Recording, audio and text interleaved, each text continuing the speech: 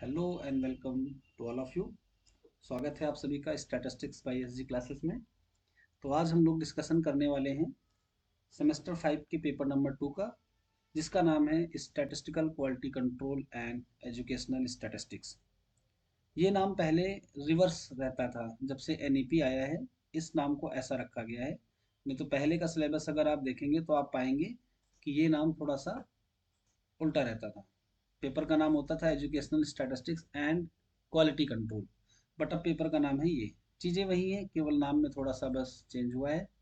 तो हम लोग आज डिस्कशन करेंगे इंपॉर्टेंट क्वेश्चंस का और कुछ एक टॉपिक का, जिसे आप इजीली अपने एग्ज़ाम के लिए तैयार कर सकें।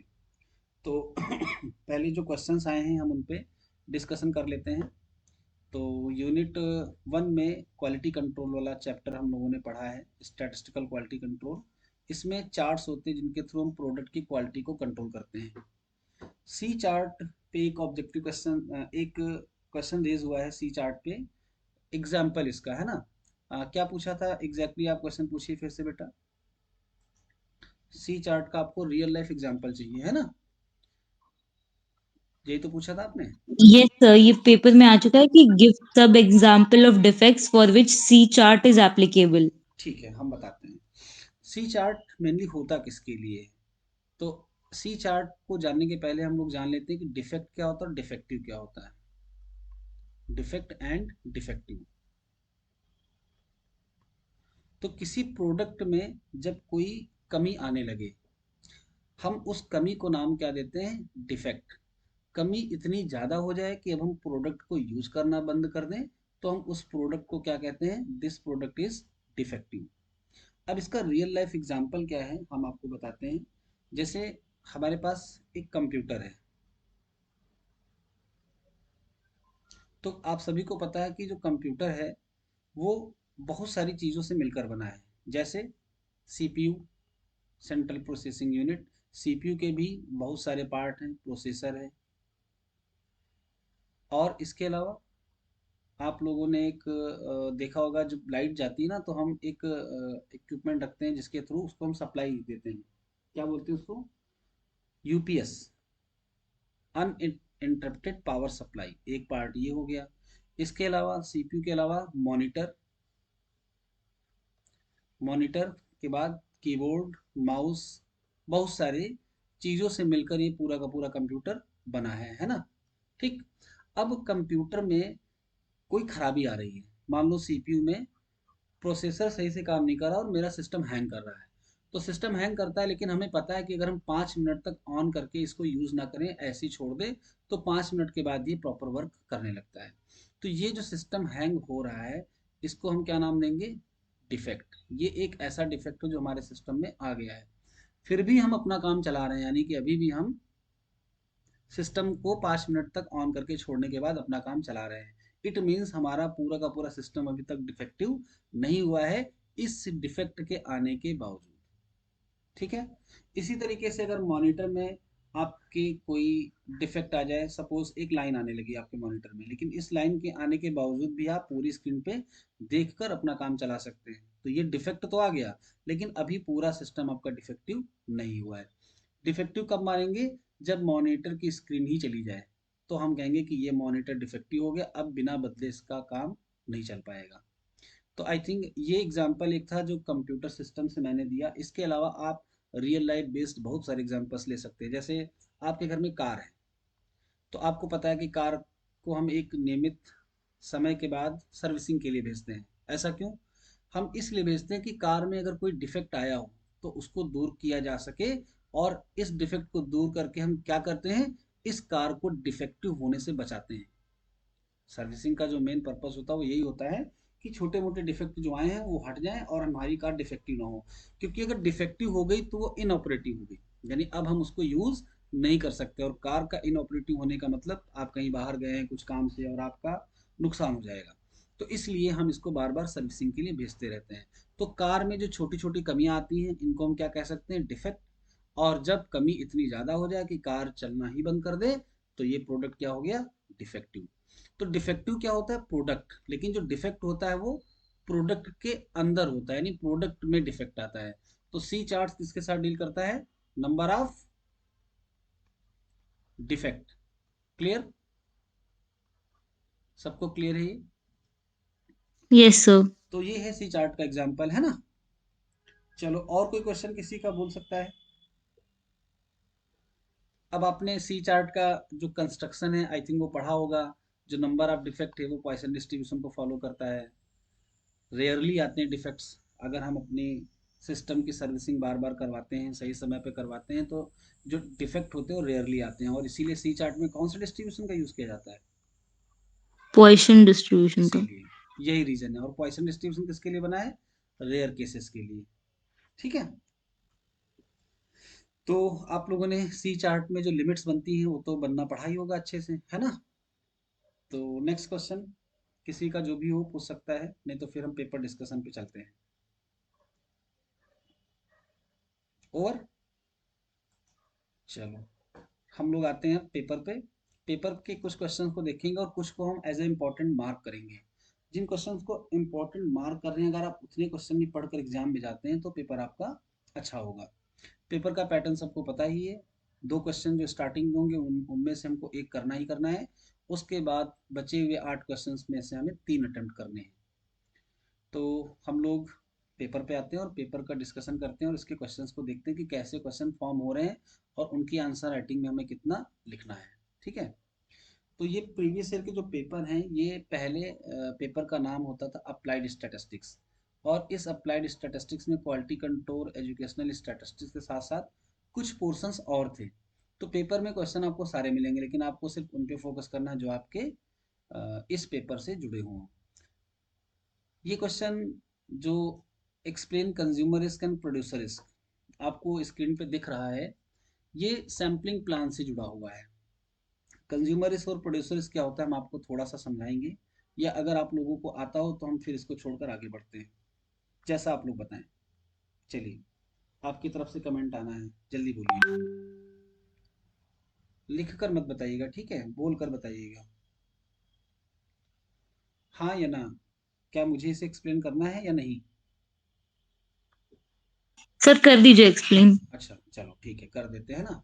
तो सबसे पहले कंज्यूमर और प्रोड्यूसर, इसके पहले हम लोग जानेंगे टाइप 1 और टाइप 2 एरर के बारे में। सबने पढ़ा होगा अल्फा इनफरेंस में। अल्फा क्या होती है? Alpha is the probability of rejecting H not when H not is true, या फिर हम इसे कह सकते हैं probability of rejecting a true hypothesis. यानी एक हाइपोथेसिस एच नॉट थी जिसे हम रिजेक्ट करते हैं जबकि ये ट्रू है, तो एरर हो गई, और इस एरर को हम क्या नाम देते हैं? अल्फा। सिमिलरली एक और एरर होती है बीटा। बीटा क्या होती है? Probability of accepting H not. H not को एक्सेप्ट किया जबकि ट्रू क्या है? H one. हाइपोथेसिस का बनना सबको पता होगा, एच नॉट और एच वन दो हाइपोथेसिस होती है। इस हाइपोथेसिस को हम सिंपल लेते हैं और इसके अगेंस्ट एक हाइपोथेसिस और फॉर्म करते हैं। ये तब के लिए होती है जब पहली वाली रिजेक्ट हो जाए तो हम दूसरी को एक्सेप्ट कर सकें, यानी डिसीजन बना सकें अपना। तो पहली टाइप 1 एरर जो होती है वो क्या होती है? Probability of rejecting H not when H not is true. और जो दूसरी होती है वो क्या होती है? Probability of accepting H not, यानी एच नॉट को एक्सेप्ट करें जबकि ट्रू कौन है? दूसरी एच वन हाइपोथेसिस। ये टाइप 2 एरर होती है, इसको टाइप 1 एरर कहते हैं और इसको टाइप 2 एरर कहते हैं। अब प्रोड्यूसर रिस्क और कंज्यूमर रिस्क इनसे रिलेटेड हैं, जुड़े हुए हैं। कैसे? अब हम आते हैं कंज्यूमर रिस्क पे। कंज्यूमर रिस्क है क्या, देखते हैं। तो पहले वाले टाइप 1 एरर को अगर हम देखें, अल्फा। अल्फा में क्या हो रहा है? Probability of rejecting H not when H not is true. इसको समझेंगे मार्केट पर बेस्ड करके। अब मार्केट पर बेस्ड करके कैसे करें, देखो। सपोज कोई कस्टमर अमीनाबाद में जाता है और शॉप बहुत सारे हैं, इन पे प्रोडक्ट को देखता है। देखने के बाद वो बार्गेनिंग करता है। बार्गेनिंग मीन्स अगर 800 रुपए का है तो वो कहता है कि हमें इसे 200 रुपए में दोगे क्या, इस तरीके से, है ना? तो अब जब कभी भी दोनों का जो पॉइंट है वो कोइंसाइड करता है तो प्रोडक्ट की सेल हो जाती है और कस्टमर उसे खरीद लेता है। लेकिन कभी कभी ऐसा होता है कि कस्टमर इतना कम पैसा कर देता है कि प्रोड्यूसर उसको कहता है नहीं, हम इतने पे नहीं दे पाएंगे। इस सिचुएशन में क्या हुआ? हम अगर उसके प्रोडक्ट की बात करें तो उसका प्रोडक्ट सही था, लेकिन चूंकि बार्गेनिंग करते समय दोनों का पॉइंट सेम नहीं हुआ, और इस वजह से कस्टमर ने उस प्रोडक्ट को नहीं लिया। तो अब इसको हम स्टैटिस्टिकल लैंग्वेज में क्या देखते हैं? Rejecting H not when H not is true. यानी वो प्रोडक्ट सही था जो प्रोड्यूसर लेके आया था, फिर भी कस्टमर ने इसको क्या किया, रिजेक्ट किया। यहाँ पर हमने बार्गेनिंग एक अलग से जोड़ा है आपको समझाने के लिए। कभी कभी बिना बार्गेनिंग के भी अच्छे प्रोडक्ट को कस्टमर रिजेक्ट करता है, और जब प्रोड्यूसर का प्रोडक्ट जो कि अच्छा था वो रिजेक्ट किया जाए, तो इसमें नुकसान किसका हुआ, कंज्यूमर का या प्रोड्यूसर का? हाँ, बताइए। अगर किसी प्रोड्यूसर के प्रोडक्ट जो कि अच्छे थे उनको कंज्यूमर रिजेक्ट कर दे तो नुकसान किसका हुआ? सर प्रोड्यूसर का। प्रोड्यूसर का। तो जो टाइप 1 एरर होती है स्टैटिस्टिक्स में, उसे हम किस नाम से जानते हैं? Producers risk. क्लियर सबको? यस अब सर। अब आपको इसको लिखना कैसे है, ये थोड़ा सा स्टैटिस्टिकल लैंग्वेज में लिखा जाए, है ना? ठीक है। कंज्यूमर रिस्क पे आते हैं। अब टाइप 2 एरर कंज्यूमर रिस्क बनने वाली है। कैसे? कंज्यूमर का रिस्क क्या है? कंज्यूमर किसी शॉप पे जाए, प्रोडक्ट को देखे, और प्रोडक्ट को ये जानते हुए कि उससे उसका नुकसान हो सकता है, वो परचेज कर ले। तो जब ये कंज्यूमर को पता था कि नुकसान हो सकता है फिर भी उसने परचेज किया, इसको कहते हैं कंज्यूमर रिस्क। एग्जाम्पल एग्जाम्पल ये है कि सपोज कर लो कोई खाने पीने की चीज़ है, तो ऐसा होता है अक्सर जब ऐसे आइटम्स जिनको एक दिन से ज़्यादा स्टोर ना किया जा सके उनको बेचने के लिए प्रोड्यूसर डिस्काउंट देता है। डिस्काउंट तो इस समय सब जगह चल रहा है ना, मार्केट में हर जगह कपड़ों पे। तो इस डिस्काउंट में कंज्यूमर कभी कभी ऐसे प्रोडक्ट को परचेज कर लेता है जो वास्तव में अच्छे नहीं होते लेकिन सस्ते थे इसलिए उसने खरीद लिया। और अब जब वो प्रोडक्ट अच्छा नहीं निकला तो नुकसान किसका हुआ? कंज्यूमर का। तो बीटा को फिर से एक बार हम लोग देखेंगे। Accepting H not when H one is true, यानी सही कोई और प्रोडक्ट था लेकिन डिस्काउंट में परचेज कोई और कर लिया गया। तो एक्सेप्टिंग यानी किसी और को एक्सेप्ट किया गया जबकि कोई और सही था, ये हो गया टाइप 2 एरर। और एक्सेप्ट अगर किया कस्टमर ने जबकि वो सामान सही नहीं था, तो रिस्क किसका हुआ? उस कस्टमर का। ये बन जाता है कंज्यूमर रिस्क। सभी को क्लियर है? प्रोड्यूसर रिस्क और कंज्यूमर रिस्क। और इसके yes real sir. Life example आप लोग देखते ही देखते होंगे, है ना? मार्केट में जब भी निकलेंगे, अब आपको जब कभी ऐसा होगा तो याद आएगा कि प्रोड्यूसर रिस्क क्या है और कंज्यूमर रिस्क क्या है। ठीक है। इंपॉर्टेंट क्वेश्चन है और वाइवा के लिए और इम्पोर्टेंट है, वाइवा में भी ये पूछा जाता है। आगे बढ़ते हैं। जो ये फर्टिलिटी और मोरेटेलिटी है ये अब नेक्स्ट पेपर में हो गया है, ये आपको इस सेमेस्टर में नहीं पढ़ना है, ये नेक्स्ट सेमेस्टर में पढ़ना है। जेड स्कोर टी स्कोर आपने पढ़ा होगा। ये सब मेथड हैं स्केलिंग के, कि हम किसी स्कोर को कंपेयर करने के लिए एक स्टैंडर्ड स्कोर में कन्वर्ट करते हैं। तो वेरियस टाइप्स ऑफ स्कोर्स हैं जिनमें हम कन्वर्ट करके कंपैरिजन करते हैं, पर्सन्स के बीच में, कंपनीज के बीच में, प्रोडक्ट के बीच में, इस तरीके से। तो इनको आपने पढ़ा होगा। आगे बढ़ते हैं हम लोग। क्रूड डेथ रेट ये आपका नेक्स्ट सेम में आएगा। एक क्वेश्चन है, right the expression for the OC curve for of a double sampling plan. तो अभी हम सिंगल और डबल सैम्पलिंग प्लान की चर्चा करेंगे तब ओसी कर्व ऑटोमेटिक उसमें कवर हो जाएगा। ठीक है। लाइफ टेबल नेक्स्ट सेम में जाएगी। इंडेक्स नंबर भी नेक्स्ट सेम में आपका जाएगा, है ना? हाँ।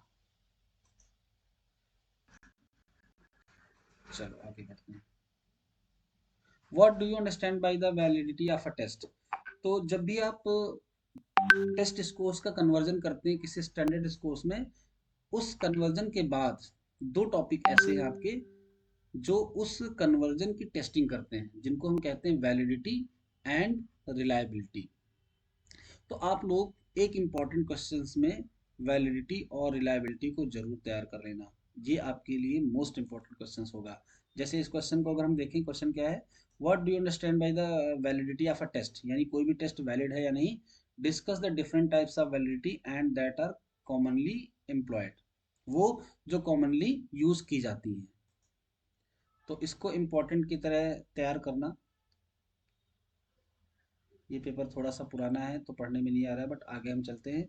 ये क्वेश्चन है, describe the construction and working of P chart, discuss advantages.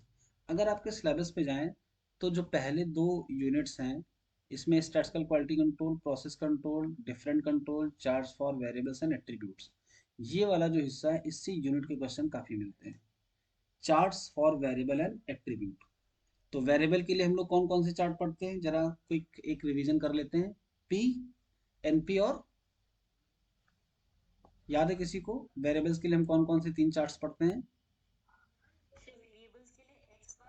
So variables के लिए एक्स बार, हाँ, आर और सिग्मा पढ़ते पी हैं, एनपी और और सी एट्रीब्यूट्स चार्ट। के लिए पी और हाँ, ठीक है। एनपी और तो सी वेरिएबल चार्ट के लिए पढ़ते आप हैं। लोग P, sorry, X bar, R और सिग्मा। तो एक्स बार जो होता है वो मीन, मीन कंट्रोल में है कि नहीं ये रिप्रेजेंट करता है। आर रेंज के लिए होता है और सिग्मा होता है स्टैंडर्ड डेविएशन के लिए। तो मीन कभी भी अकेले नहीं होता है, मीन या तो आर के साथ आता है या तो सिग्मा के साथ आता है। तो अगर वेरिएबल्स पे चार्ट्स आपसे पूछे जाएंगे तो आपसे पूछा जाएगा explain X bar and R chart, या फिर पूछा जाएगा X bar and sigma chart. तो जब हम लोग सेंट्रल टेंडेंसी के लिए एक्स बार को यूज कर रहे हैं, एट द सेम टाइम हम लोग डिस्पर्सन की मेजर के लिए आर का यूज कर सकते हैं, यानी रेंज का, या फिर सिग्मा यानी स्टैंडर्ड डेविएशन का। तो आर का यूज करना थोड़ा सा ज्यादा आसान होता है क्योंकि रेंज आसानी से निकल आती है, मैक्सिमम माइनस मिनिमम। जबकि स्टैंडर्ड डेविएशन को निकालने के लिए कैलकुलेशन करनी पड़ती है। लेकिन अगर दोनों में कंपैरिजन आए कि दोनों में से अच्छा कौन है, तो आप लोग किस चार्ट को अच्छा कहोगे, एक्स बार एंड सिग्मा। फिर एट्रीब्यूट पे आते हैं। एट्रीब्यूट के लिए कौन कौन से चार्ट्स होते हैं, P, NP and C chart. तो आपको चार्ट ये सारे के सारे ही तैयार करने हैं क्योंकि इन 6 चार्ट्स में प्रोसेस लगभग एक जैसी होती है। चार्ट्स में आपको करना क्या होता है, आपको थ्री सिग्मा लिमिट बनाकर दिखाना होता है कि अपर कंट्रोल लिमिट क्या है, लोअर कंट्रोल लिमिट क्या है और सेंट्रल लाइन क्या है। और अगर हमारा डेटा अपर और लोअर के बीच में आता है तो ऐसी सिचुएशन में हम कहते हैं कि हमारा प्रोडक्ट जो है उसका वेरिएशन कंट्रोल में है और हम उस प्रोडक्ट को एक्सेप्ट कर सकते हैं।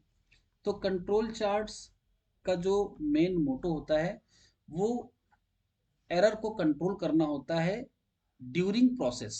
देखो दो चीजें हैं, एक है प्रोसेस कंट्रोल और दूसरा भी एक टर्म्स और आएगा जिसको हम कहते हैं प्रोडक्ट कंट्रोल।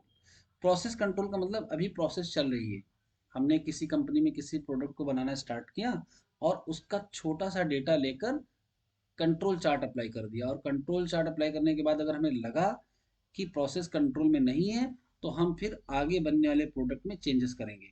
चेंजेस कैसे करने होते हैं वो आपको डिटेल में जानना पड़ेगा कंट्रोल चार्ट्स के, तब पता चलेगा। तो प्रोसेस को कंट्रोल करने के लिए हम लोग किसका यूज करते हैं, कंट्रोल चार्ट का। अब मान लो प्रोसेस पूरी हो गई, यानी कंपनी को जितने प्रोडक्ट बनाने थे वो सारे के सारे बन चुके हैं। अब जब प्रोडक्ट बन चुके हैं तो हम प्रोसेस कंट्रोल नहीं कर सकते क्योंकि प्रोसेस तो खत्म हो चुकी है।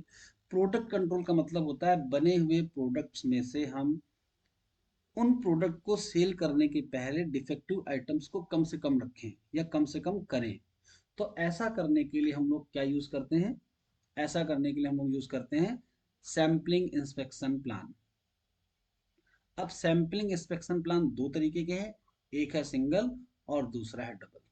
तो हम इसे एक्सप्लेन करने वाले हैं आपको, क्योंकि 100% इन दो में से एक प्लान आपसे पूछा जाएगा, या तो सिंगल या तो डबल सैम्पलिंग प्लान और इनके कंपोनेंट्स के साथ। तो चलो हम आपको सैम्पलिंग प्लान एक्सप्लेन कर देते हैं, क्योंकि आगे की यूनिट्स जो है वो स्टैटिस्टिक्स कॉन्सेप्ट पर ज़्यादा बेस्ड हैं और इनका पूरा डिस्कशन कम समय में कर पाना बड़ा मुश्किल है। तो आज की क्लास में हम आपको सिंगल और डबल सैम्पलिंग प्लान समझाते हैं, ठीक है। और किसी का कोई क्वेश्चन हो तो बोल सकता है। हाँ, सर एक डाउट था, जैसे हमने जब आपने सी चार्ट बताया तो बोला कि पॉइसन यूज हाँ, करते हैं बिकॉज वो बहुत रेयर होता है। तो इस तरीके से देखें तो एट्रीब्यूट्स में बेटर सी एट्रीब्यूट्स में चार्ट हुआ बेटर ना चार्ट नहीं, सबसे। तीनों चार्ट अलग अलग सिचुएशन के लिए बने, बेटर हम कंपैरिजन नहीं करेंगे। पी चार्ट, एनपी चार्ट और सी चार्ट्स जो होते हैं वो अलग अलग सिचुएशन के लिए बने होते हैं। जब डिटेल में पढ़ोगे तो आपको सिचुएशन भी क्लियर होगी, है ना। सी चार्ट ही है जो डिफेक्ट के लिए यूज होता है। जो पी और एनपी होते हैं ये एक्चुअल में इनमें क्या होता है, हम रेशियो लेकर चलते हैं। पी जो होता है, पी इज द प्रोबेबिलिटी, और प्रोबेबिलिटी क्या होता है, number of favourable divided by total. तो टोटल मतलब टोटल प्रोडक्ट और फेवरेबल का मतलब जिन्होंने फेवर किया। तो एक तरीके से रेशियो के केस में पी यूज किया जाता है ना। तो अलग अलग सिचुएशन है, उसमें कंपैरिजन नहीं करेंगे, ठीक है। अलग अलग सिचुएशन के लिए अलग अलग चार्ट्स बनाए गए हैं। आर और सिग्मा में मैंने इसलिए किया क्योंकि आप सबने जब मेजर ऑफ सेंट्रल टेंडेंसी पढ़ा होगा तो ये पढ़ा होगा कि सबसे बेस्ट मेजर कौन सा है, तो पता चला मीन। तो मीन तो दोनों में है, एक्स बार और आर में भी मीन है, एक्स बार एंड सिग्मा में भी मीन है। लेकिन जब आपने पढ़ा होगा मेजर ऑफ डिस्पर्सन तो कौन सा अच्छा था? स्टैंडर्ड डिविएशन अच्छा था ना। रेंज तो सबसे प्राइमरी था, रेंज की तो बहुत सारी डिमेरिट थी। रेंज केवल दो वैल्यू से बनता है, एक्सट्रीम वैल्यू से, जो मिनिमम और जो मैक्सिमम, बीच की सारी वैल्यूज इग्नोर कर देता है। तो इस वजह से हमने कहा कि एक्स बार आर और एक्स बार सिग्मा में एक्स बार सिग्मा ज़्यादा अच्छा माना जाता है। ठीक है, तो चलो हम लोग Yes, sir. सैम्पलिंग प्लान पे आते हैं।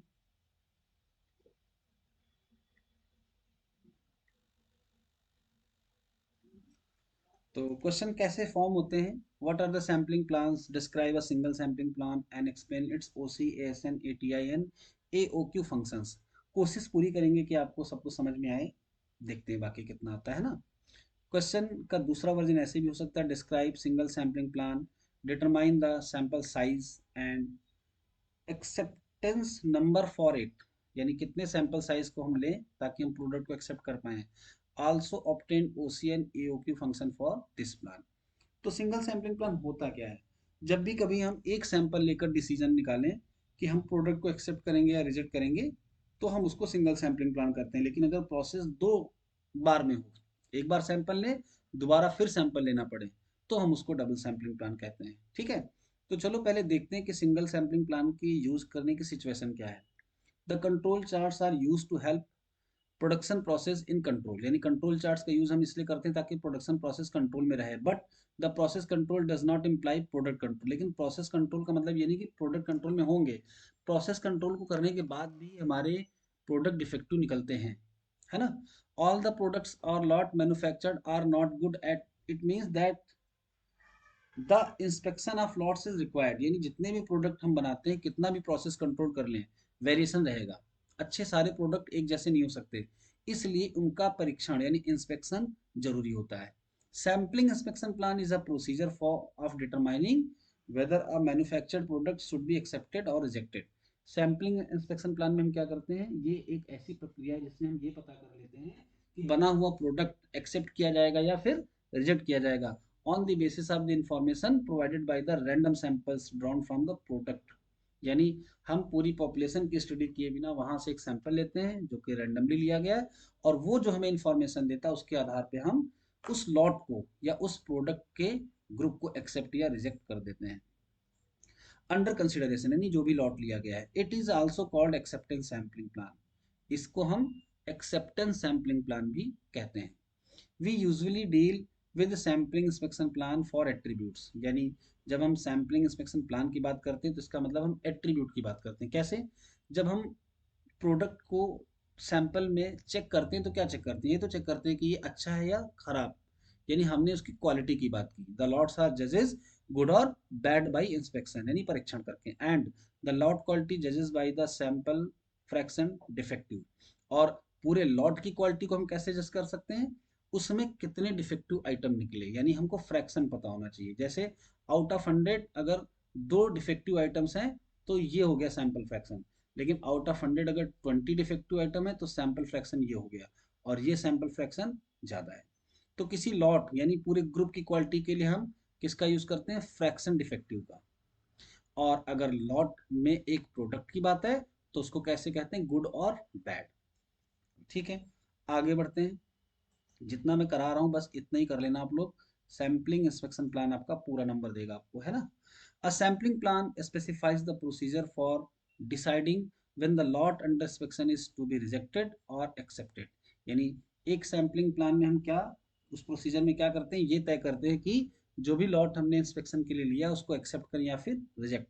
When the lot is rejected, अगर मान लो आपके लॉट में डिफेक्टिव आइटम ज़्यादा निकले और लॉट को रिजेक्ट कर दिया गया, तो इसका मतलब है कि हम पूरे लॉट को चेक करेंगे।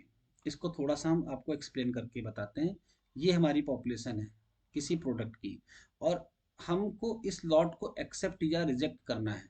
इसके लिए हमने इसमें से एक रैंडम सैंपल लिया, और सैंपल में जो नंबर ऑफ डिफेक्टिव आइटम्स थे वो ज़्यादा निकले, और इस वजह से हमने पूरे के पूरे लॉट को क्या कर दिया, रिजेक्ट कर दिया।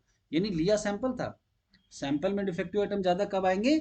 जब पूरी पॉपुलेशन में डिफेक्टिव आइटम ज़्यादा होंगे, क्योंकि सैंपल कैसे लिया जा रहा है? रैंडमली।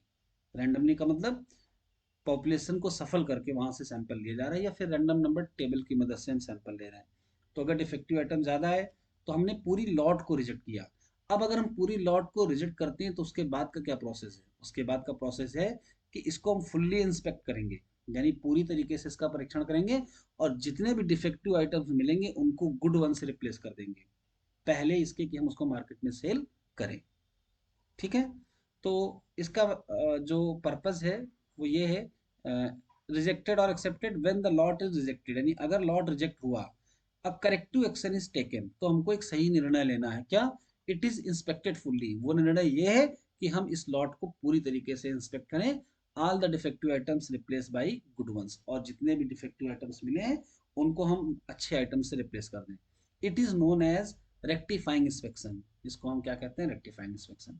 अब आते हैं सिंगल सैम्पलिंग प्लान की टर्मिनोलॉजी पे, यानी कैसे एक्सेप्ट और रिजेक्ट करेंगे, ये कैसे पता चलेगा। Suppose the incoming lot have fraction defective P not. Incoming lot का मतलब जो लॉट हमें इंस्पेक्ट करने के लिए मिला है उसमें ये फ्रैक्शन डिफेक्टिव है पी नॉट, सपोज कर लिया। फ्रैक्शन डिफेक्टिव अभी मैंने आपको समझाया था, अगर 100 में से 2 आइटम्स आपको डिफेक्टिव मिलते हैं तो फ्रैक्शन डिफेक्टिव क्या होगा? 2/100। अगर 20 आइटम्स डिफेक्टिव मिले तो 20/100। क्लियर है? तो अगर कोई इनकमिंग लॉट, यानी जो लॉट हमारे पास आया उसका फ्रैक्शन डिफेक्टिव क्या है? P not. Then the outgoing lots after rectifying, यानी इसके बाद जब हमने उसकी इंस्पेक्शन कर ली और डिफेक्टिव आइटम्स को हटाया, रेक्टिफाइंग किया, will have fraction defective P1। तो जो नया वाला लॉट है, रेक्टिफाइंग इंस्पेक्शन हो गया है उसके बाद वाला, उसका जो फ्रैक्शन डिफेक्टिव है वो P1 है। तो P1 हमेशा P नॉट से क्या होगा? छोटा होगा। क्यों? क्योंकि P नॉट तब था जब लॉट हमारे पास आया था, और अब हमने उसको इंस्पेक्ट कर लिया है, तो अब उसमें ऑब्वियस सी बात है कि डिफेक्टिव आइटम्स क्या हो जाएंगे? कम हो जाएंगे। ये बात सबको क्लियर हो गई? पी नॉट और P1 यहाँ पे ध्यान देना, अभी आके चलकर जब आप ये सब पढ़ेंगे ए ओ क्यू, ए क्यू एल, तो आपको P1 और P नॉट की जरूरत पड़ेगी। What is P not? P not is the fraction defective in incoming lots, and what is P1? P1 is the fraction defective after rectifying inspection, यानी ऐसा परीक्षण जिसमें खराब आइटम्स को हटाया भी गया। क्लियर? चलो अब आते हैं एक्सेप्टेबल क्वालिटी लेवल पे। It represent the acceptable quality of the lot produced, यानी जो भी लॉट हम परचेज कर रहे हैं वो एक्सेप्टेबल क्वालिटी का है कि नहीं। तो AQL क्या बताता है? उस लेवल को बताता है जब तक हम लॉट को एक्सेप्ट कर सकें। A lot having small fraction defectives is sometimes referred to as a good lot, यानी किसी भी लॉट में अगर सैंपल लेने पर फ्रैक्शन डिफेक्टिव छोटा निकले, it is denoted by P बार, तो हम इसे किससे? पी बार से रिप्लेस करते हैं और हम इसको अच्छा लॉट मानते हैं। Hence P bar is acceptable quality eight on average, यानी ये पी बार क्या हो गया? ये वो फ्रैक्शन डिफेक्टिव जहां तक हम लॉट को एक्सेप्ट कर ले रहे हैं, और इसलिए हम इसको एवरेज कहते हैं। इसके बाद जो अगला टर्म है AQL के बाद, उसको कहते हैं हम लोग LTPD, lot tolerance proportion defective. तो चलिए इसको एक्सप्लेन करते हैं, देखते हैं ये क्या है।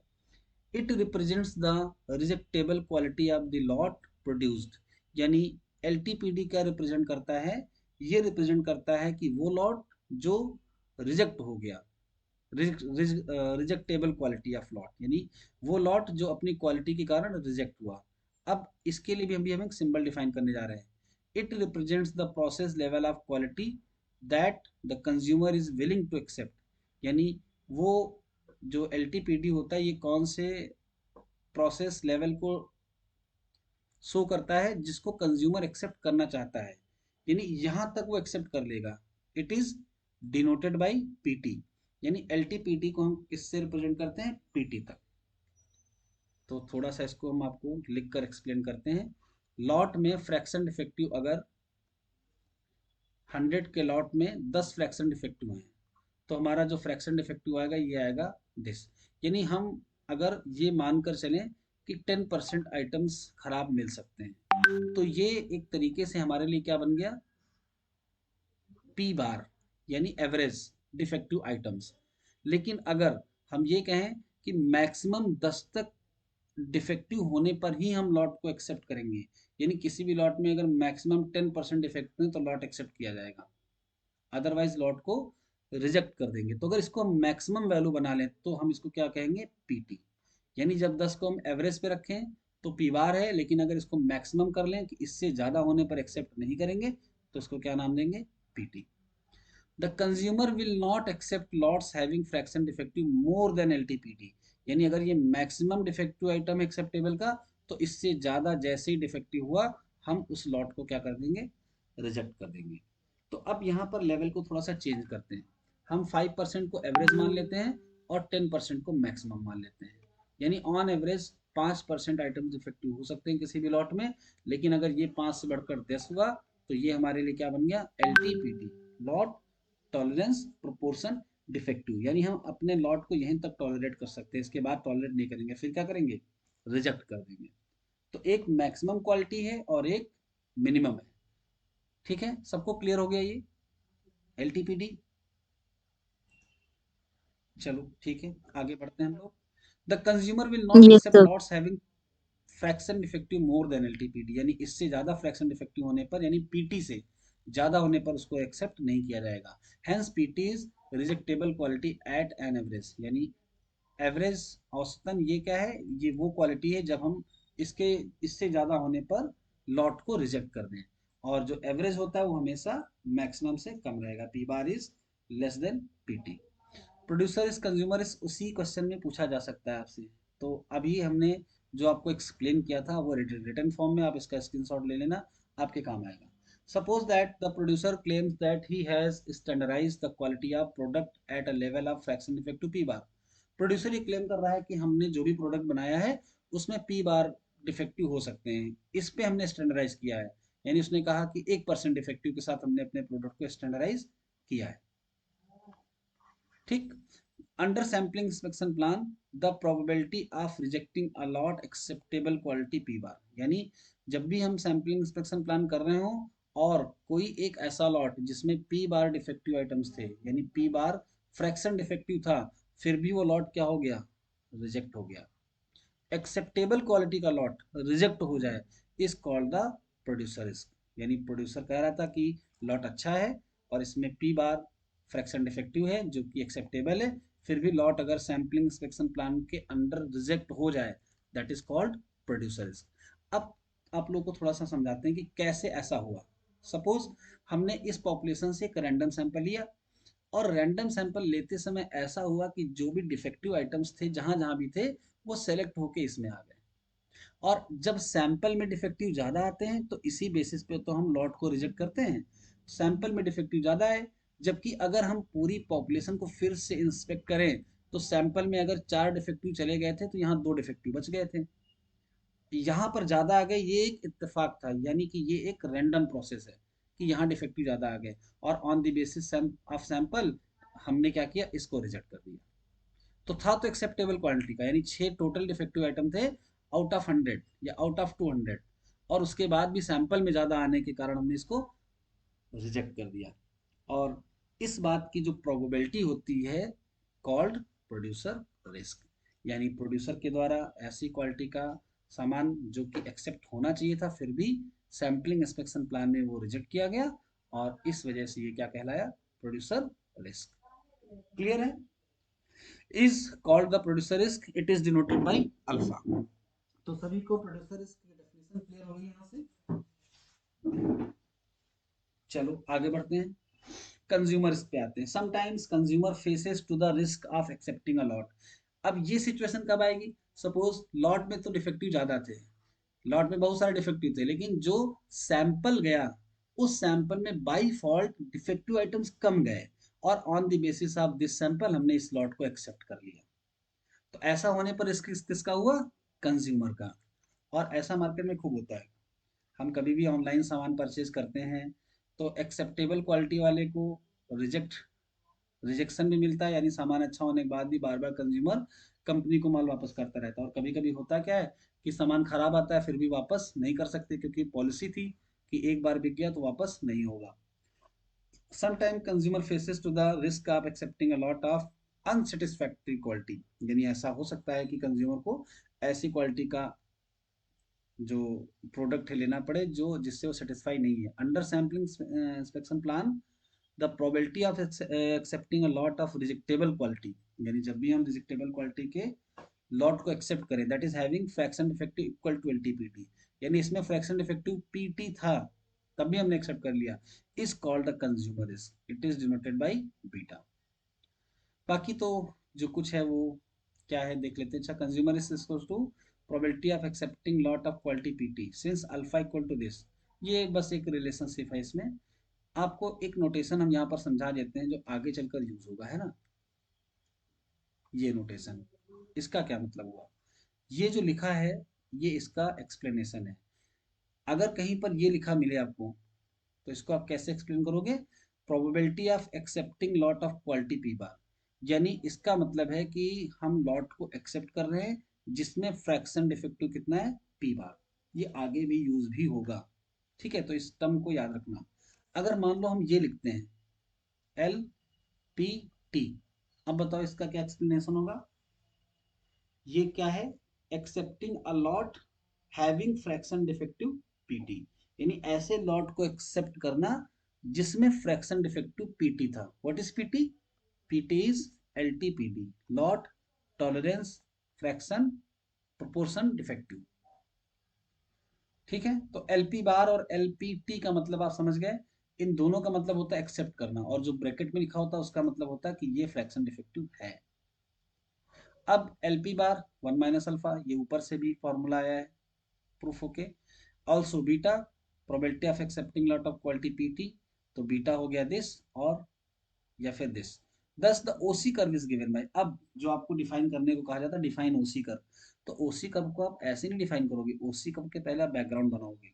आप बताओगे सिंगल सैम्पलिंग प्लान में जब हम एक्सेप्ट कर लेते हैं पी बार क्वालिटी का प्रोडक्ट या फिर पीटी का, तो उससे जो ग्राफ बनता है, अब ओसी कर्व कैसे बनना हम इसको आपको समझाते हैं, ठीक है। Thus the OC curve is given as, OC curve में क्या क्या है, आप एक्स एक्सिस पे देखो तो क्या है, पी, पी क्या है, P is the fraction defective. P का मतलब है, पी ये बताता है कि प्रोडक्ट में कितने डिफेक्टिव आइटम्स हैं। तो पी का जो लेवल है वो क्या है, जीरो और वन, दो लेवल है पी के। पी जब जीरो लेवल पे हो इसका मतलब है कि हमारे टोटल आइटम्स में एक भी आइटम डिफेक्टिव नहीं मिला, और जब पी वन पे आ जाए इसका क्या मतलब है कि सारे के सारे आइटम डिफेक्टिव मिले। ये बात सबको क्लियर हो गई। एक्स एक्सिस पे क्या है, फ्रैक्शन डिफेक्टिव। अब आते हैं वाई एक्सिस पर, देखो वाई एक्सिस पे क्या है, P A P probability of accepting a lot having fraction defective P, इसका क्या मतलब हुआ, probability of accepting a lot having fraction defective P, यानी जब उसमें पी डिफेक्टिव आइटम्स हो, फ्रैक्शन डिफेक्टिव पी हो, तब हम उस लॉट को एक्सेप्ट करें, इसकी प्रोबेबिलिटी। जब इन दोनों का हम ग्राफ बनाते हैं तो इसी ग्राफ को क्या कहते हैं, ओसी कर्व। ठीक है, अब ग्राफ को समझते हैं। ये है ए क्यू एल, ए क्यू एल का भी आपने फुल फॉर्म देखा ऊपर, एवरेज क्वालिटी लेवल, है ना।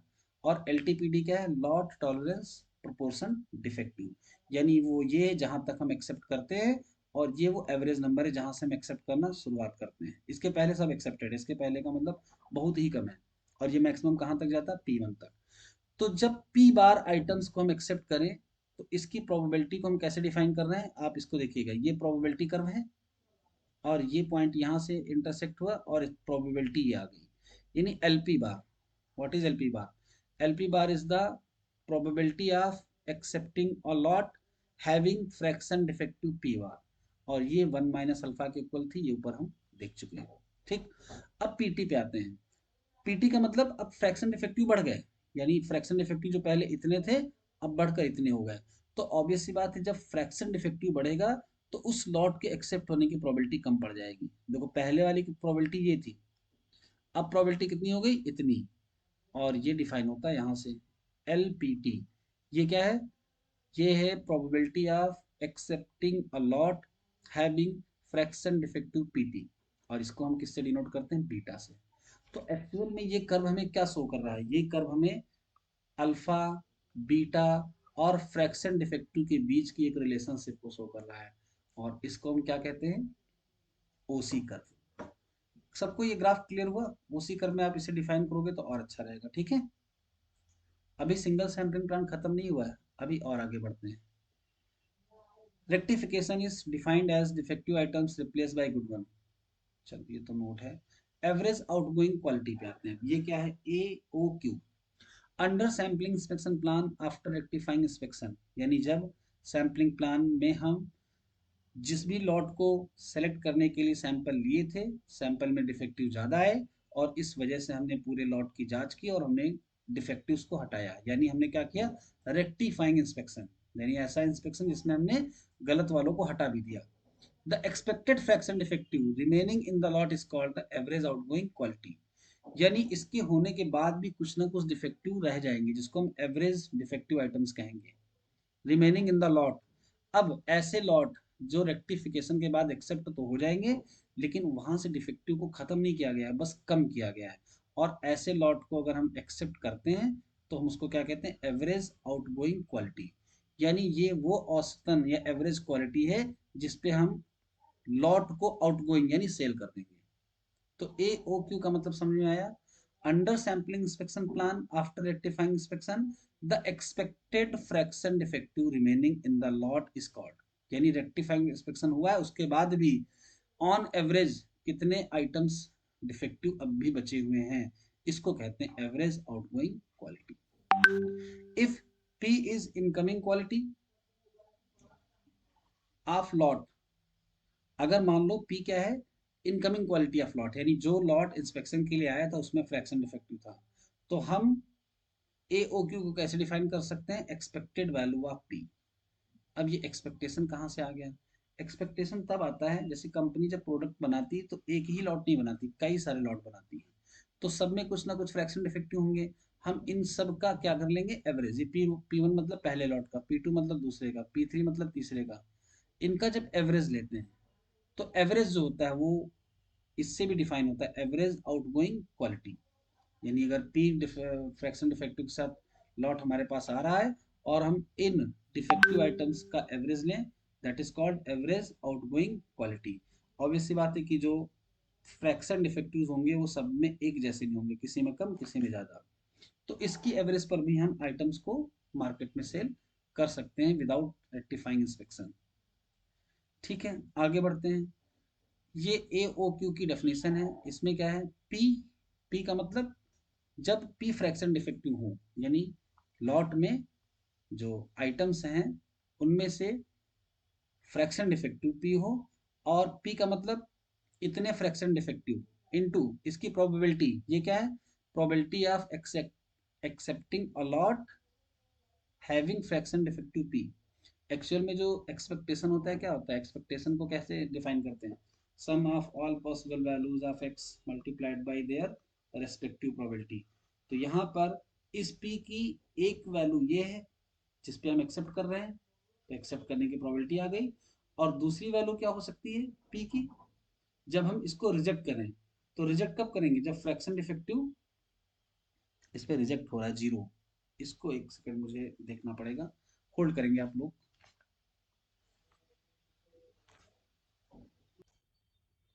हाँ, यहाँ पर हम लोग क्या पढ़ रहे थे? एवरेज आउटगोइंग क्वालिटी, यानी हमको वो आइटम्स लेने हैं जिनको हमको मार्केट में सेल करना है।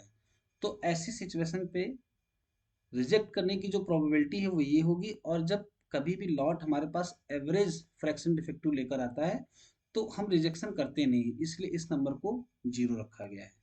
पी फ्रैक्शन डिफेक्टिव पे एक्सेप्ट कर रहे हैं और ये रिजेक्शन की प्रोबेबिलिटी है, लेकिन लॉट हमारे पास रिजेक्ट नहीं हुआ क्योंकि कैसी क्वालिटी को लेकर आया है? एवरेज आउटगोइंग क्वालिटी को लेकर आया है। ठीक है, तो ये इसका एक्सप्लेनेशन है। आगे जो जीरो से मल्टीप्लाई हुआ है वो हट जाएगा, और ए ओ क्यू किसके इक्वल में आ जाता है? Probability of accepting a lot having fraction defective P. ये पी इसकी प्रोबेबिलिटी है, फ्रैक्शन डिफेक्टिव है। ये या कह लो ये जो हमने जो सैंपल लिया था उसमें फ्रैक्शन डिफेक्टिव है, और ये उसके एक्सेप्ट होने की प्रोबेबिलिटी है। तो ए ओ क्यू को इसी तरीके से डिफाइन करिएगा आप लोग। आप लोग अगर अप्लाइड वाली बुक उठाओगे तो उसमें भी ऐसे ही एक्सप्रेशंस आपको मिलेंगे। ठीक है, लिखा भी वेयर पी ए पी क्या है? L P is probability of accepting lot of quality P, यानी इसको हम चाहे एल पी से लिखें चाहे पी ए पी से लिखें। ठीक है, और 1 माइनस पी ए पी क्या है, probability of rejecting a lot of quality P, यानी पी क्वालिटी के लॉट को रिजेक्ट करना।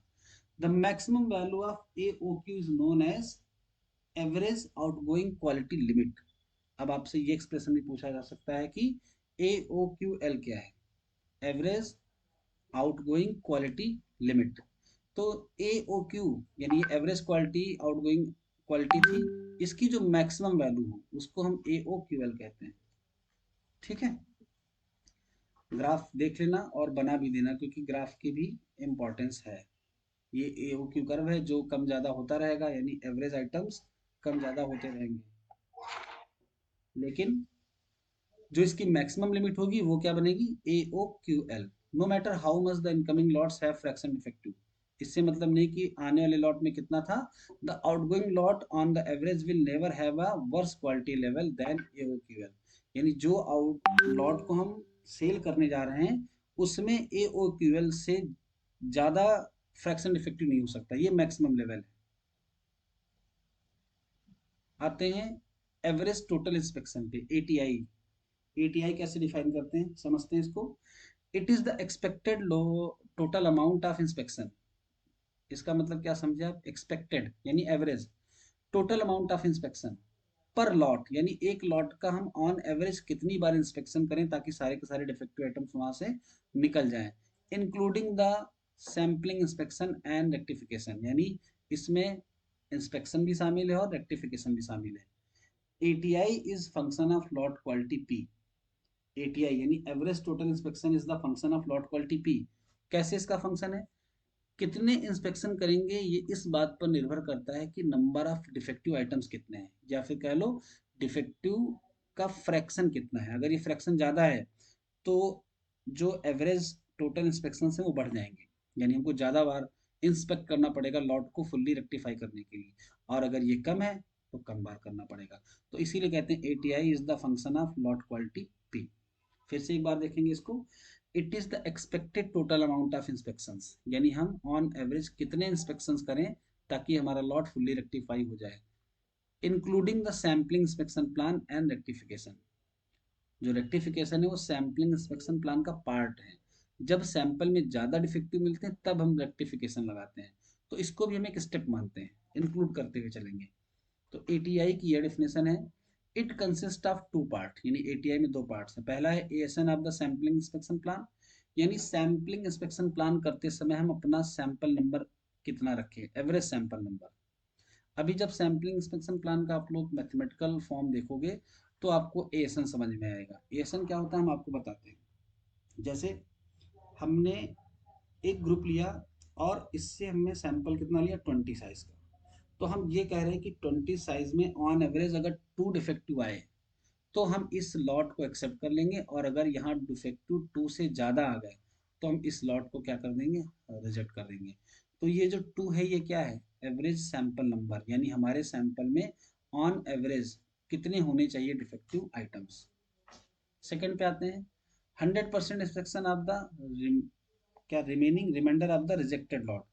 सेकेंड इसका प्रोसेस क्या है, यानी जब भी हम इंस्पेक्शन करेंगे तो पहले वाले में कितने इंस्पेक्शंस करें, और दूसरे में क्या है, जो भी लॉट रिजेक्ट हो जाएंगे उनको क्या करेंगे, 100% इंस्पेक्शन करेंगे, यानी उन लॉट को पूरी तरीके से चेक करेंगे, क्योंकि वो रिजेक्ट हुए इसका मतलब उसमें डिफेक्टिव आइटम्स ज़्यादा है। आते हैं एवरेज सैंपल नंबर पर। It is the expected value on the average value of the sample size, यानी जो सैंपल साइज हम लेंगे डिफरेंट डिफरेंट लॉट से उनके साइज के अकॉर्डिंग अलग अलग। तो जब हम एन का एक्सपेक्टेशन निकालें that is called average sample number to be expected before deciding whether to accept or reject a lot, यानी लॉट को एक्सेप्ट और रिजेक्ट करने के पहले हम कितना सैंपल लें जिससे हम ये तय कर पाएँ। The average sample size is to be inspected before making a decision is called ASN. The average sample size to be inspected, यानी हम हमेशा औसत सैंपल साइज ही लेते हैं।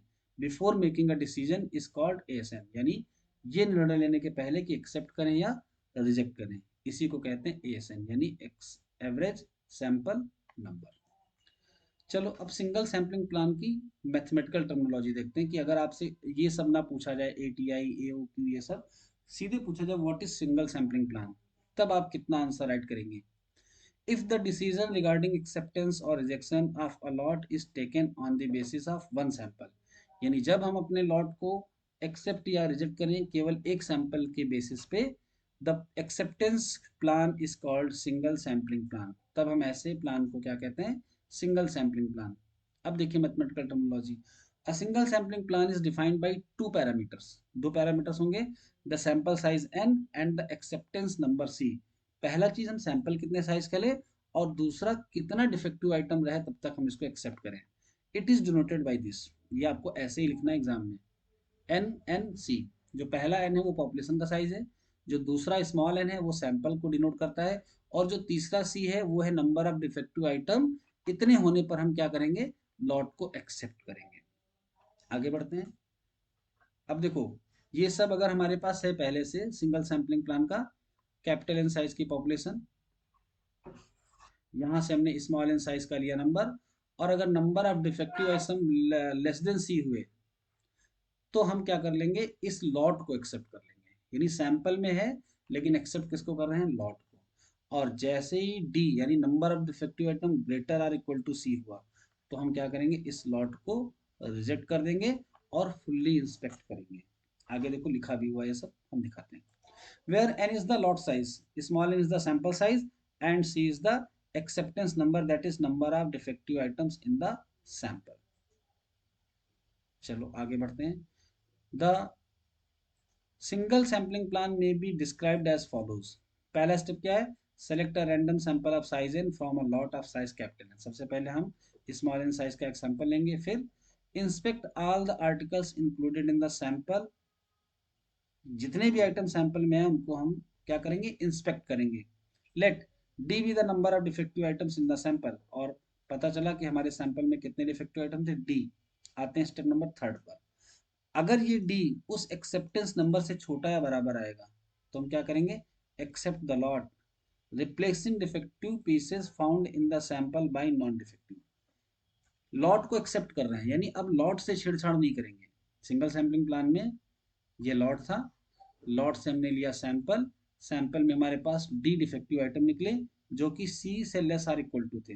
तो हम जो डिफेक्टिव आइटम सैंपल में मिल गए हैं सिर्फ उनको हटाकर अच्छे आइटम डालेंगे और इस लॉट को क्या कर लेंगे, सेलेक्ट कर लेंगे। यानी अब हम इसमें आगे नहीं कोशिश करेंगे कि हमको फिर से डिफेक्टिव आइटम मिले। ये बात सबको समझ में आई। D is less or equal to C, except the lot replacing defective pieces found in the sample, यानी केवल सैंपल में जो डिफेक्टिव आए थे उनको रिप्लेस करेंगे बाय नॉन डिफेक्टिव आइटम्स। आगे का process. 4, if D is greater than C, लेकिन अगर ये सिचुएशन ना हो और डिफेक्टिव आइटम्स एक्सेप्टेंस नंबर से ज्यादा हो जाए, अब जरा ध्यान से पढ़ना लाइन को, reject the lot, lot reject हो जाएगा। In this case we inspect the entire lot, यानी जो हम सैंपल के आइटम्स को रिप्लेस कर रहे थे अब उसके नहीं करने, पूरे लॉट को चेक करेंगे। And replace all the defective pieces by standard ones, और लॉट में जितने मिलेंगे उन सब को हम स्टैंडर्ड वन से रिप्लेस करेंगे। सैंपल के तो करेंगे ही करेंगे, लेकिन डी ग्रेटर देन सी होने पर लॉट के भी आइटम्स को इंस्पेक्ट करके हटाएंगे। क्लियर। आगे देखिए, if P is incoming quality of lot then total number of defective items equal to NP। अब ये थोड़ी सी स्टैटिस्टिक्स स्टार्ट हो गई है। P फ्रैक्शन डिफेक्टिव है। आप सभी को पता है कि जब भी हम टोटल नंबर ऑफ आइटम्स को प्रोबेबिलिटी से मल्टीप्लाई करते हैं तो क्या निकल के आता है, फ्रीक्वेंसी। यहाँ पे क्या है, if P is incoming quality of lot, यानी वो लॉट जिसमें फ्रैक्शन डिफेक्टिव P था, then total number of defective items, तो डिफेक्टिव आइटम्स को निकालने के लिए क्या करेंगे, N इंटू P। इसको हम मैथमेटिकली करके दिखाएं क्या, हाँ है ना। चलो आगे बढ़ते हैं। सर मैथमेटिकली करके मत दिखाइए, बट एक ये चीज बता दीजिए कि जब हम डिटर्मिनेशन ऑफ एन एंड सी कर रहे हैं तो हाँ हाइपर बताइए, ज्योमेट्रिक डिस्ट्रीब्यूशन क्यों हाइपरजोमेट्रिक लिया? डिस्ट्रीब्यूशन के बनने की जो सिचुएशन थी वो क्या थी, पहले हम इसको यहीं से कंटिन्यू कर लेते हैं, फिर अभी वो तो ऑटोमेटिक कवर हो जाएगा। Total number of non defective items equals to this, यानी प्रोबेबिलिटी जो पी थी वो डिफेक्शन किसकी थी, डिफेक्टिव आइटम्स की, इसको एन से मल्टीप्लाई किया तो नंबर ऑफ आइटम्स मिलेंगे जो डिफेक्टिव होंगे, और ये किसकी प्रोबेबिलिटी, नॉन डिफेक्टिव की। तो इसको जब n से मल्टीप्लाई करेंगे तो क्या मिलेगा, टोटल नंबर ऑफ आइटम्स जो कि नॉन डिफेक्टिव होंगे। अब आगे बढ़ते हैं। हमारे लॉट में दो ही तरीके के तो आइटम है, या तो डिफेक्टिव या फिर नॉन डिफेक्टिव। और यहाँ से जब हम कोई सैंपल लेंगे तो सैंपल में भी तो दो ही तरीके के आइटम्स आएंगे, defective and non defective. Clear. तो ये था कैपिटल एन, ये है स्मॉल एन। और इसमें जो नंबर ऑफ डिफेक्टिव आइटम्स हैं उनको अगर हम एक्स सपोज कर लें तो बताओ कौन सा डिस्ट्रीब्यूशन बन रहा है, हाइपरजेमेट्रिक नहीं बन रहा है। यही तो सिचुएशन होती है हाइपरजेमेट्रिक की। X B the number of defective items in the sample and, जब x यहाँ पर डिफेक्टिव हो गए तो टोटल बचे कितने, n माइनस एक्स, ये क्या हो गए, नॉन डिफेक्टिव। तो डिफेक्टिव डिफेक्टिव से आ रहे हैं और नॉन डिफेक्टिव कहाँ से आ रहे हैं, नॉन डिफेक्टिव से आ रहे हैं। तो NCN, NCN is the all possible ways of taking the sample of size small n from a population of size capital N। और डिफेक्टिव आइटम्स कितने थे इसमें से, सपोज डिफेक्टिव आइटम है एनपी, तो ये एक्स कहाँ से आएंगे, एनपी से। अब एनपी से एक्स आने के कितने वेज हैं, एनपी सी एक्स वेज। और N one minus P is the non defective items in the population. और यहाँ से हम कितने लेंगे, जो नॉन डिफेक्टिव, यानी एक्स डिफेक्टिव अगर आए तो नॉन डिफेक्टिव कितने बचेंगे, एन माइनस एक्स। इसलिए हाइपरजेमेट्रिक आया बेटा, है ना। ठीक है, समझ में। हाँ, ये हाइपरजेमेट्रिक यस करने सर। की सिचुएशन यहाँ पे आई इस वजह से। आगे सिचुएशन को कन्वर्ट करके और भी डिस्ट्रीब्यूशंस बनाए गए हैं। अब हाइपरजेमेट्रिक में अगर n is very large then the distribution of d is approximately binomial, तो ये बाइनोमियल की तरफ टेंड हो जाएगा। फिर अगर number of defective item rare होते हैं, यानी जो p होता है वो स्मॉल हो जाता है। If n is very large and p is very small, यानी हम सैंपल के साइज को बढ़ाएं और फ्रैक्शन डिफेक्टिव को कम करें, such that N P equal to lambda. तो रेयर केस आया, रेयर केस में क्या होता है, पॉइसन डिस्ट्रीब्यूशन यूज होता है ना। तो ये डिपेंड करता है सैंपल और पॉपुलेशन के साइज पे कि कैसे डिस्ट्रीब्यूशन चेंज होंगे। जब हम थ्योरी का पोर्शन करते हैं तो सब कुछ लिखना पड़ता है हमें, सिचुएशन बता बता कर, है ना। तो लिखना आपको पूरा ही पड़ेगा।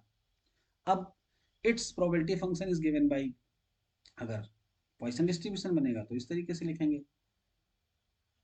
ओसी फंक्शन पे आते हैं। OC function of single sampling plan is given by, OC function क्या था, representation of type one error. LP, LP is the probability of accepting a lot having fraction defective P. और हम किसी लॉट को कब एक्सेप्ट कर रहे हैं, जब उसमें डिफेक्टिव आइटम सी से कम निकले हैं, यानी probability of D less or equal to सी।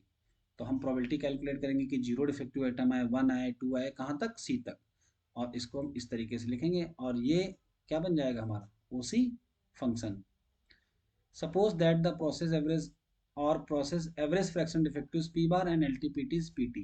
यानी ये मानते हुए कि जो process fraction defective है वो क्या है, p bar है और LTPT pt है। अब इसको डिफाइन नहीं करेंगे, जब थ्योरी का पोर्शन करते हैं तो थ्योरी में ही लिखना होता है।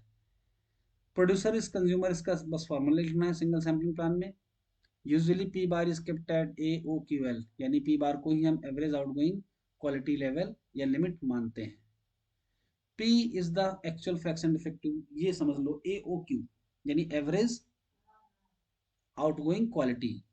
कब होगा, जब जो फ्रैक्शन डिफेक्टिव उनका एवरेज, ये ऊपर डिफाइन किया गया था एक्सपेक्टेड वैल्यू ऑफ P। इसको कैसे निकालेंगे, तो इसको भी निकालने का तरीका क्या है। AOQ को कैसे डिफाइन किया गया था, जब हम इसकी एक्सपेक्टेशन लिखेंगे तो एक्सपेक्टेशन की जो डेफिनेशन होती है, all possible values multiplied by their respective probability. तो ये प्रोबेबिलिटी हो गई और ये पॉसिबल वैल्यूज जीरो से सी, यानी जो समेसन है वो जीरो से सी इसलिए जा रहा है क्योंकि हम ए ओ क्यू, इसको क्या कह रहे हैं, पूरा फुल फॉर्म इसका क्या है, एक्सेप्टेंस आउटगोइंग क्वालिटी था शायद ना, आउटगोइंग क्वालिटी, यानी ऐसे लॉट जिस जो एक्सेप्ट किए जा सकें आउटगोइंग क्वालिटी, और हम उनको सेल भी कर सकें। तो एक्सेप्ट करने की कंडीशन क्या थी, number of defective item should be less or equal to C. तो जो एक्स एक्स को अगर हम डिफेक्टिव आइटम्स मान रहे हैं तो इसकी वैल्यू जीरो से सी तक ही जा सकती है, तभी हम इसको एक्सेप्ट करेंगे। और इसीलिए ये क्या हुआ, ए ओ क्यू। आपको याद होगा इसके बाद वाला हिस्सा जो था वो जीरो हो गया था, क्यों, क्योंकि इसमें नंबर ऑफ डिफेक्टिव आइटम्स ज्यादा होंगे। अब आगे बढ़ते हैं। यहाँ पर जो P यानी फ्रैक्शन डिफेक्टिव आया उसको ये कैसे लिखा गया, फ्रैक्शन डिफेक्टिव को देखो, जो X था वो क्या था, X is the number of defective items in the sample. और अभी भी बताया गया था कि सैंपल के डिफेक्टिव आइटम्स को हटा देंगे, क्योंकि सैंपल में हमको पता चल गया जो डिफेक्टिव है, तो सैंपल को लॉट में तो मिलाएंगे, लेकिन सैंपल का इंस्पेक्शन हुआ था, number of defective item x मिले थे जो कि सी से छोटे थे, तो इन डिफेक्टिव आइटम्स को हटा देंगे। यानी टोटल डिफेक्टिव आइटम्स पहले कितने थे, एनपी, उसमें से एक्स हटाया, टोटल आइटम तो चेंज हुए नहीं, टोटल आइटम में नॉन डिफेक्टिव मिला देते हैं, तो अब जो नया फ्रैक्शन डिफेक्टिव बनेगा वो ये बन जाएगा। ये सबको क्लियर हुआ? और एफपीएक्स प्रोबेबिलिटी है इसकी। अब प्रोबेबिलिटी में हाइपरजियोमेट्रिक, बाइनोमियल और पॉइसन, तीनों में से जैसी सिचुएशन होगी वैसा लेना पड़ेगा। ठीक है, चलो आगे बढ़ते हैं। Where NPX is the fraction defective in the lot after inspection, यानी ये वो इंस्पेक्शन है जिसमें सैंपल में डिफेक्टिव आइटम्स कम आए थे और लॉट एक्सेप्ट हो गया था। तो जो डिफेक्टिव आइटम सैंपल में आए थे वो एक्स थे, और इसलिए उन एक्स को हटाकर गुड वन से रिप्लेस किया गया और नया फ्रैक्शन डिफेक्टिव ये बन गया। Clear? X is the number of defective found in the accepted sample. दस ए ओ क्यू यानी एवरेज आउटगोइंग क्वालिटी क्या बन जाएगी, ये बन जाएगी। अब यहाँ पर स्मॉल एक्स को एनपीसी के रिप्लेस किया गया, क्योंकि स्मॉल एक्स क्या था, number of defective item in the sample, और सैंपल का साइज था स्मॉल एन और फ्रैक्शन डिफेक्टिव पी, तो नंबर ऑफ डिफेक्टिव आइटम कितने हो जाएंगे, एन पी। ठीक है, आप लोग एग्जाम में अगर इसको ए ओ क्यू को यहाँ तक भी डिफाइन करते हो तो चलेगा, इसके आगे जाने की जरूरत नहीं, यहाँ तक भी लिखते हो तो चलेगा। ठीक है, क्योंकि एक्सप्लेनेशन में फिर सिचुएशंस बदलती जाती हैं और एक्सप्लेनेशन बढ़ता जाता है। The maximum A O Q with respect to P is gives A O Q. अब ए ओ क्यू जब हम कैलकुलेट करेंगे तब देखेंगे कौन सी मैक्सिमम वैल्यू है, जो मैक्सिमम वैल्यू होगी उसी को हम एवरेज आउटगोइंग क्वालिटी लिमिट कह देते हैं। In single sampling plan the number of items inspected is always an. क्यों? क्योंकि हम सैंपल किस साइज का ले रहे हैं, स्मॉल एन साइज का, और सिंगल सैम्पलिंग प्लान है तो एक ही बार लेना है, तो इसलिए जो एएसएन यानी एवरेज सैंपल नंबर होता है वो एन ही रहता है। डबल सैम्पलिंग प्लान में वेरी करता है, क्योंकि पहली मतलब वहां पर क्या होता भी बताते हैं उसके इसके आगे, है ना? ठीक है, if the process average fraction defective is p bar as claimed by producer, then average total inspection ATI is given by। आप लोग ATI का इस फार्मूले को याद कर लेना, क्योंकि अब इसको एक्सप्लेन करने के लिए थोड़ा और डीप में जाना पड़ेगा मुझे, है ना? ATI मतलब एवरेज टोटल इंस्पेक्शन कितने होंगे, हम आपको समझाने की कोशिश करते हैं। देखो, एवरेज सैंपल नंबर क्या है, एन, ये एवरेज सैंपल नंबर है। ATI का मतलब है टोटल इंस्पेक्शन कितने हुए, तो टोटल इंस्पेक्शन में अगर सैंपल को हम हटा दें तो बचा हुआ हमारा क्या हो गया, ये n माइनस एन। और बचे हुए लॉट को हम कब इंस्पेक्ट करेंगे, जब पहले सैंपल में डिफेक्टिव ज़्यादा आएंगे। तो यहाँ पर जो प्रोबेबिलिटी लगती है किसकी लगती है, रिजेक्टेड वाले की। क्यों? क्योंकि बचा हुआ लॉट हम तभी इंस्पेक्ट करने वाले हैं जब पहले में डिफेक्टिव ज़्यादा आ जाए। तो एटीआई का ये फॉर्मूला बनता है इस तरीके से। There are two approaches for the this plan. अब एटीआई को कैलकुलेट करने के लिए दो अप्रोचेस हैं, एक है लॉट क्वालिटी प्रोटेक्शन और दूसरा है एवरेज क्वालिटी प्रोटेक्शन। इसको एक्सप्लेन नहीं करना है, बस इसका नाम लिख देना, ठीक है? अभी सिंगल सैम्पलिंग प्लान बस खत्म होने वाला है ना। ये एटीआई की value, since N items have to be inspected in each case, in the remaining n minus n items will be inspected only if d is greater than c। ये remark मैंने इसीलिए लिखा था कि एटीआई जो आया वो समझ में आया कैसे। तो हम n आइटम्स तो हर बार सेलेक्ट कर ही रहे थे इंस्पेक्ट करने के लिए, लेकिन रिमेनिंग को कब करेंगे, जब डिफेक्टिव आइटम्स उस नंबर से ज्यादा हो जाए जो सिंगल सैम्पलिंग प्लान में हमने स्टैंडर्ड माना था। क्लियर? चलो डबल सैम्पलिंग प्लान को थोड़ा सा एक्सप्लेन करेंगे आप लोगों के लिए। डबल सैम्पलिंग प्लान में पहले तो पैरामीटर्स पे आते हैं। देखो, एक चीज तो क्लियर है कि सिंगल सैम्पलिंग प्लान में एक सैंपल था, लेकिन डबल में दो सैंपल आएंगे। तो जो पहला सैंपल होगा उसके साइज को यहाँ पर N1 कहा जा रहा है, और जो दूसरा सैंपल होगा उसके साइज को N2 कहा जा रहा है। C1 क्या है, जो पहले सैंपल में डिफेक्टिव आइटम्स मिलेंगे। C2 क्या है, जो दूसरे सैंपल में डिफेक्टिव आइटम्स मिलेंगे। तो ये सबको क्लियर हो गया डबल सैम्पलिंग प्लान के पैरामीटर।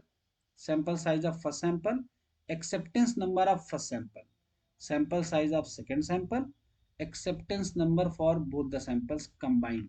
यानी C2 क्या है, ये वो नंबर है कि जब दूसरा सैंपल लिया जाए तो दोनों के डिफेक्टिव मिलाकर C2 से ज़्यादा नहीं होने चाहिए। C2 is the acceptance number for the combined sample, दूसरा और पहला मिलाकर। अब इसकी टर्मिनोलॉजी समझ लेते हैं बस। इट इज डोनेटेड बाय, क्योंकि एग्जाम में अगर आया तो ये आप आसानी से लिख लोगे। कैसे डबल सैम्पलिंग प्लान को डिनोट करते हैं, इस तरीके से, capital N population size, small N one पहले सैंपल का साइज, सी वन मतलब पहले सैंपल में मैक्सिमम सी वन डिफेक्टिव मिल सकते हैं, एन टू क्या है दूसरे सैंपल का साइज, सी टू क्या है, C two is the number of defective item in both the sample, यानी पहले में मान लो 5 आ गए, दूसरे में 3 आ गए, तो सी टू की वैल्यू थी 10, अब भी दोनों मिलाकर 10 से ज़्यादा नहीं हुए, तो सैंपल दूसरे सैंपल के बाद लॉट को क्या कर लेंगे, एक्सेप्ट कर लेंगे। चलो अब आते हैं स्टेप पर। पहला step, D1 B the number of defective items in the first sample. मान लो ये हमारी पॉपुलेशन थी कैपिटल एन साइज की, यहाँ से हमने N1 साइज का एक सैंपल लिया और काउंटिंग करने पर इसमें D1 हमको मिल गए डिफेक्टिव आइटम्स। अब सिचुएशन क्या क्या हो सकती है, D1 C1 से छोटा या बराबर हो सकता है, और D1 सीधे C2 से बड़ा हो सकता है, C2 का मतलब कंबाइंड सैंपल का रिजेक्शन नंबर, या फिर D1 C2 से छोटा था लेकिन C1 से बड़ा निकला। तीन सिचुएशन हो सकती है। पहली सिचुएशन, जब D1 C1 से छोटा या बराबर हो, lot is accepted and D1 defective items are replace by good ones, यानी कि पहले सैंपल में D1 डिफेक्टिव आइटम है जो कि पहले सैंपल के एक्सेप्टेंस नंबर से या तो कम हो सकते हैं या बराबर हो सकते हैं। ऐसी सिचुएशन में हम पूरे लॉट को एक्सेप्ट कर लेंगे और जो डिफेक्टिव आइटम्स D1 हैं उनको सैंपल में रिप्लेस कर देंगे अच्छे से। क्लियर? चलो आगे बढ़ते हैं, सेकेंड स्टेप पे आते हैं। सपोज D1 अब की बार C2 से बड़ा हो गया। C2 क्या था, C2 था कि पहले और दूसरे सैंपल में जितने आइटम मिले डिफेक्टिव वो, और डिफेक्टिव आइटम इतने मिले कि C2 से बड़ा हो गया D1, और बड़ा होने पर क्या करेंगे, लॉट इज रिजेक्टेड, हम लॉट को रिजेक्ट कर देंगे, and the rejected lot is inspected fully and all the defective items are replaced by good ones. यानी इस सिचुएशन आने पर आपको सेकंड सैंपल लेना ही नहीं है, पहले ही सैंपल में इतने ज़्यादा डिफेक्टिव आइटम मिल गए। हम आपको थोड़ा सा मैथमेटिकल होकर बताते हैं, ठीक है। सपोज कैपिटल एन हमने ले लिया 100, और हमने कहा कि पहले सैंपल को हम ले रहे हैं 10 साइज का, जिसमें अगर 5 डिफेक्टिव आइटम्स से ज़्यादा आते हैं तो इसको हम रिजेक्ट कर देंगे। तो पहले में D1 सपोज 3 आ गया, तो 3 आने तक, पहले सैंपल में 3 आया तो लॉट एक्सेप्ट हुआ, 4 आया तो भी एक्सेप्ट हुआ, 5 आया तो भी एक्सेप्ट हुआ। लेकिन 6 आने पर क्या करेंगे, तो 6 आने पर हम एक नया नंबर C2 डिफाइन कर रहे हैं। C2 कब आएगा, सेकेंड सैंपल फिर हमने 10 साइज का लिया, तो टोटल साइज कितना हो गया 20, और C2 को हमने अब की बार दिया नंबर 10। हमने कहा कि दोनों सैंपल में अगर 10 से ज़्यादा डिफेक्टिव आइटम्स आए तो हम लॉट को रिजेक्ट कर देंगे। तो C2 क्या था, दोनों सैंपल का कंबाइंड था।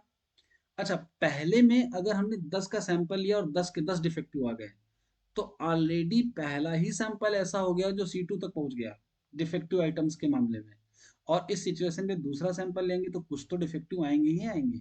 और सपोज अगर ऐसा हो जाए कि पहले ही सैंपल में, सपोज सैंपल यहाँ 15 का होता और 12 डिफेक्टिव हो जाते हैं, जबकि C2 यानी कंबाइंड सैंपल में हम मैक्सिमम इतने डिफेक्टिव होल्ड कर सकते थे, लेकिन पहले ही सैंपल में 12 डिफेक्टिव हो गए, तो लॉट को रिजेक्ट किया जाना है पहले ही स्टेप पर। तो ये जो स्टेप है वो ये बताता है कि in the first sample the number of defective item is greater than the defined defective items in both the sample. दोनों सैंपल के जो डिफाइंड एक्सेप्टेंस नंबर था उससे पहले ही सैंपल में डिफेक्टिव ज्यादा हो गए, लॉट को रिजेक्ट कर देंगे और आगे बढ़ेंगे ही नहीं। आगे बढ़ने की सिचुएशन है ये, पहले में एक्सेप्ट हुआ, दूसरे में रिजेक्ट हुआ, तीसरे में क्या हो रहा है कि अब की बार हमने पहले सैंपल में डिफाइन किया था कि 10 डिफेक्टिव होंगे और कंबाइंड कितने हो जाएंगे, सॉरी पहले में 5 डिफाइन किया था और कंबाइंड में 10। जो D1 आया वो 5 से ज़्यादा आया लेकिन 10 से कम आया, यानी डिफेक्टिव नंबर सपोज कर लो 6 आ गए। तो इस सिचुएशन में पहले सैंपल से तो ज़्यादा आ गए, पहले में हम इतने पे एक्सेप्ट कर रहे थे, ज़्यादा आ गए। तो कहा गया कि हो सकता हो कि पहली बार सैंपल लेने पे जो डिफेक्टिव आइटम्स थे वो ज़्यादा आ रहे हो बाई फॉल्ट, इस वजह से हम पहले सैंपल पे डिसीजन नहीं लेंगे। अभी भी हमारे पास दूसरे सैंपल के लिए 10 डिफेक्टिव आइटम्स हैं जिन पर हम जा सकते हैं, तो सैंपल दूसरा लेंगे, अगर उसमें हमको 4 3 2 1 तक डिफेक्टिव मिलते हैं तो हम ये मानेंगे कि पहले में गलती से ज़्यादा आए थे, लेकिन दूसरे में डिफेक्टिव कम आए, और कंबाइन करके हम एक्सेप्ट कर लेंगे। लेकिन दूसरे में भी मान लो 6 मिल गए, तो टोटल हो गए 12, जो इस C2 को क्रॉस कर गए। अब तो सेकंड सैंपल के बाद भी हमको क्या कर देना है, रिजेक्ट कर देना है अपने लॉट को। तो आगे की स्टेप्स को देखते हैं। टेकन, जब ये सिचुएशन आएगी तो क्या करेंगे, take a second sample of size N2, N2 size का हम सेकेंड सैंपल लेंगे, ठीक है, फ्रॉम रिमेनिंग, क्योंकि पहला सैंपल N1 साइज का निकाला जा चुका था, तो अब बचे हुए आइटम से एक N2 का नया सैंपल लेंगे। लेट, अब जो सेकेंड सैंपल है उसमें डिफेक्टिव आइटम कितने आए, D2, तो D1 पहले में आ चुके थे और D2 बाद वाले में आए, तो टोटल डिफेक्टिव आइटम इतने हो गए। सिचुएशन आगे क्या बनी, अगर ये D1 D2 C2 से छोटा है, C2 मतलब कंबाइंड सैंपल का acceptance number, lot is accepted and the D1 plus D2 defective items are replace by good one, तो सैंपल में आए हुए को रिप्लेस कर देंगे। लेकिन अगर ये दोनों का डिफेक्टिव आइटम C2 को क्रॉस कर जाए, तो लॉट क्या हो जाएगा, रिजेक्ट हो जाएगा। यानी C2 को क्रॉस करने पे लॉट रिजेक्ट होगा। अच्छा, पहली सिचुएशन में क्या था, पहले ही सैंपल में इतने ज्यादा डिफेक्टिव आइटम आ गए कि C2 को क्रॉस कर गए थे, इसीलिए लॉट वहीं पर रिजेक्ट हो गया था। तो सेकंड सैंपलिंग में ये भी हो सकता हो कि एक सैंपल लेने के बाद ही लॉट रिजेक्ट हो जाए। क्लियर?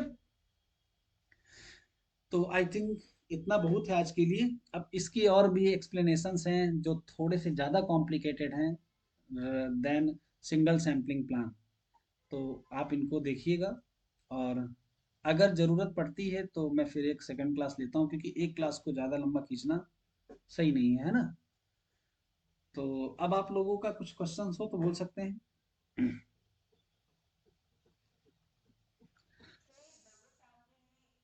सर ये डबल सैम्पलिंग में ATI ACN के 3-4 स्टेप्स लिखना जरूरी है, अगर हम फाइनल मतलब फाइनल वाला ये इक्वेशन डिपेंड लिख करेगा दें आपके क्वेश्चन तो पे कि कोई क्वेश्चन में दिक्कत है? पूछा क्या गया है, ठीक है। लिखना कठिन नहीं होता है अगर आपको समझ में आया हो। जैसे डबल सैम्पलिंग प्लान को समझाने के लिए मुझे थोड़ा सा ज़्यादा मशक्कत करनी पड़ेगी, है ना। ऐसा नहीं कि समझ में नहीं आएगा, समझ में सब आएगा। इसका जो ये वाला पोर्शन है ये ज़्यादा इंपॉर्टेंट होता है, ओसी फंक्शन। ये ओसी फंक्शन पूरी तरीके से समझ में आता है, ऐसा नहीं कि समझ में नहीं आता है, लेकिन समझाने के लिए थोड़ा सा एक्सप्लेनिंग हमको ज़्यादा करना पड़ेगा, क्योंकि पहला सैंपल होता है, फिर उसमें जितने डिफेक्टिव मिलते हैं, ये कंडीशन लगती है कि दूसरे सैंपल का आया हुआ डिफेक्टिव पहले के साथ मिलने के बाद भी C2 से ज़्यादा ना हो। तो ये सिचुएशन बनानी पड़ती है, तब जाके ये एक्सप्लेन होता है ना। तो इसको एक्सप्लेन करना होगा तो फिर क्लास नेक्स्ट रखेंगे। अब इस क्लास में एक्सप्लेन करने में एक तो ओवर भी हो जाएगा, फिर बोर भी होने लगोगे। और पहले लेक्चर को रिवाइज कर लेना तो थोड़ा ज़्यादा समझ में आएगा, फिर जरूरत पड़ेगी तो बताना, ठीक है। तो आप लोग अब पेपर को थोड़ा सा वॉच कर लो जो प्रीवियस ईयर के हैं। सिंगल सैम्पलिंग डबल सैम्पलिंग को तैयार कर लेना, होता क्या है, बाकी कंट्रोल चार्ट्स जितने हैं PNP, एक्स बार, आर और सिग्मा, इनकी कंपेरेटिव स्टडी कर लेना, ठीक है। और क्वेश्चंस पेपर से एक बार देखोगे तो आपको भी आइडिया लगेगा, रिलायबिलिटी, वैलिडिटी, ये वाले क्वेश्चंस हटा देना, ये अब नेक्स्ट पेपर में चलेंगे, bye serial, point by serial वाले, है ना। तो चलो फिर हम नेक्स्ट क्लास में मिलते हैं, अगर ज़रूरत पड़ती है तो। आज की क्लास को यहीं तक रखते हैं। Thank you and all the best.